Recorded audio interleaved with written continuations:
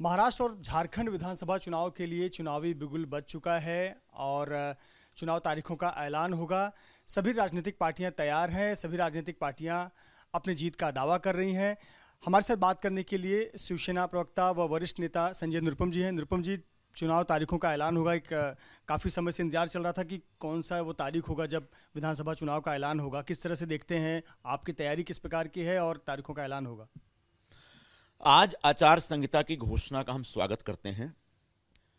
पूरे लगभग सवा दो 2.5 वर्षों से एकनाथराव शिंदे जी की सरकार यहाँ चल रही है।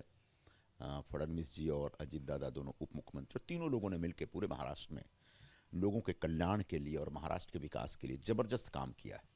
तो हमारा मुख्य एजेंडा ही है कि लोगों का कल्याण, जन कल्याण, महिलाओं का कल्याण, युवाओं का कल्याण, बुजुर्गों का कल्याण, किसानों का कल्याण और पूरे महाराष्ट्र में जो इंफ्रास्ट्रक्चर डेवलपमेंट हुआ, जैसे समृद्धि हाईवे बन गया है, एक्सप्रेस वे बना है, अटल सेतु बना हुआ है।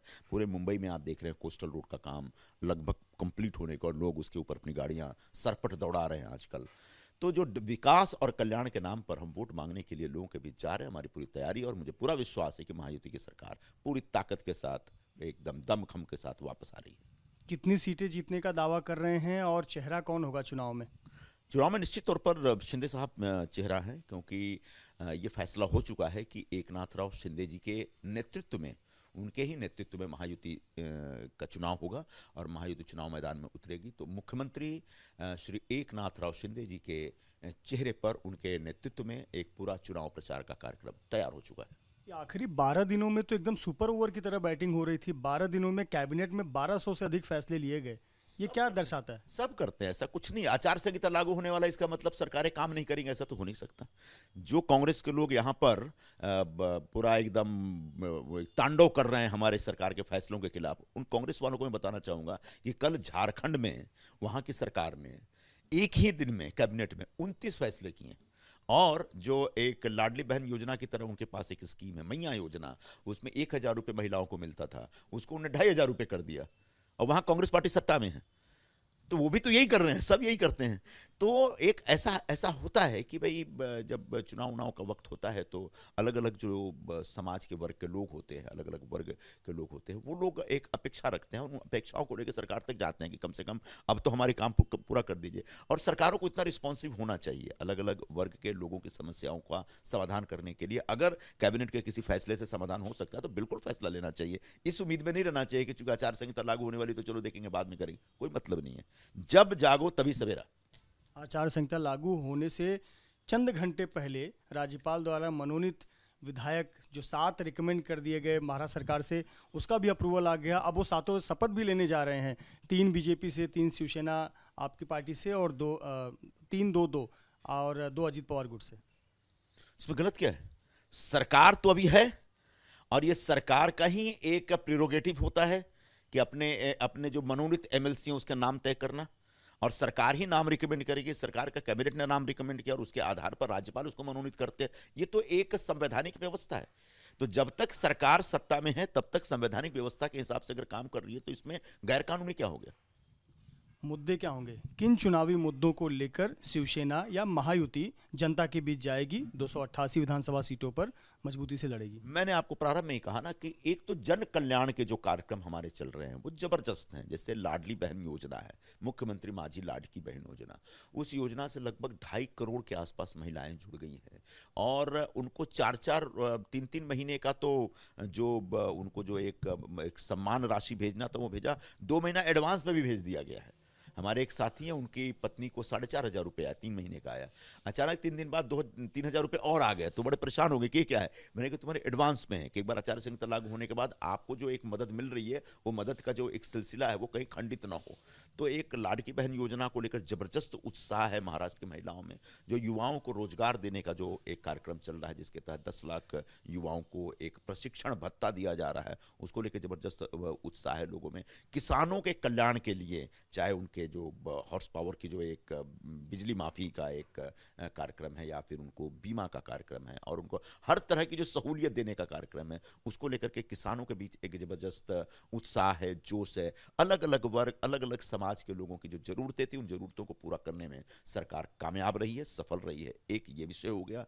दूसरा विषय, पूरे महाराष्ट्र में जो डेवलपमेंट का काम हुआ है, मुंबई का पहला अंडरग्राउंड मेट्रो शुरू हो गया, उसका उद्घाटन हो गया, लोग घूम रहे हैं।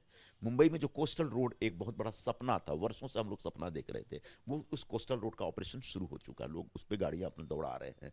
अटल सेतु, लगभग 22 किलोमीटर लंबा समंदर के ऊपर जो एक ब्रिज बना है, वो अपने आप में एक ऐतिहासिक ब्रिज है, और पूरे हिंदुस्तान में इस प्रकार का कोई एक इंफ्रा प्रोजेक्ट नहीं है। उसके बाद जो समृद्धि एक्सप्रेस हाईवे जो है, इसके अतिरिक्त जहां कहीं भी इंफ्रास्ट्रक्चर से जुड़े जो इश्यूज थे, उन सारे इश्यूज को सॉल्व किया गया है।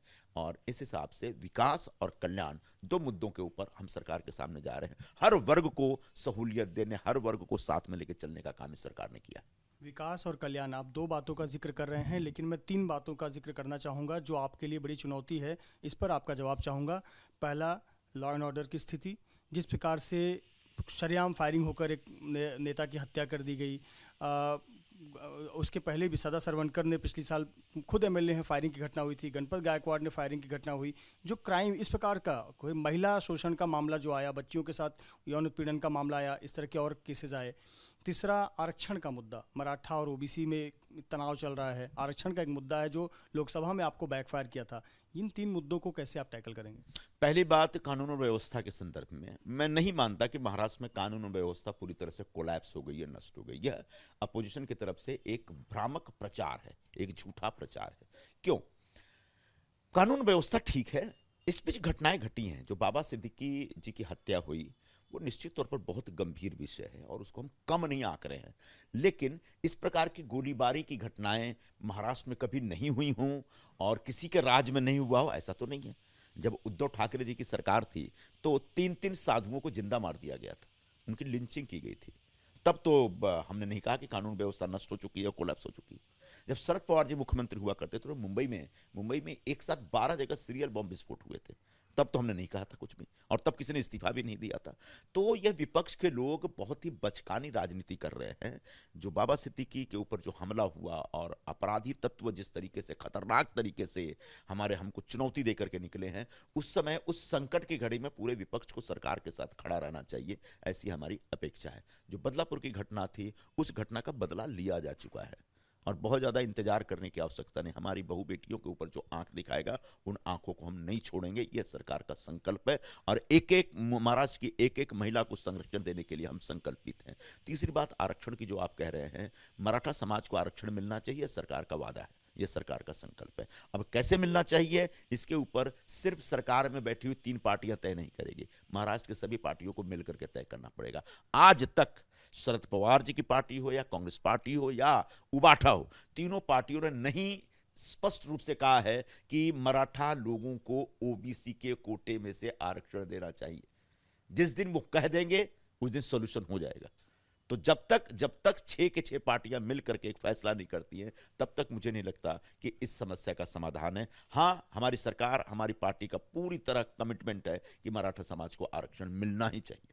बहुत बहुत धन्यवाद हमसे बात करने के लिए। शिवसेना के वरिष्ठ नेता संजय निरुपम, जिनका कहना है कि विकास के कामों के विश्वास के साथ जनता के बीच जाएंगे और इस चुनाव में महायुति का चेहरा मुख्यमंत्री एकनाथ शिंदे और उनकी योजनाएं होंगी। कैमरामैन धर्मेंद्र पांडे के साथ Mrityunjay Singh, ABP news, Mumbai. For exclusive and insightful videos, subscribe to our new channel ABP Live Premium.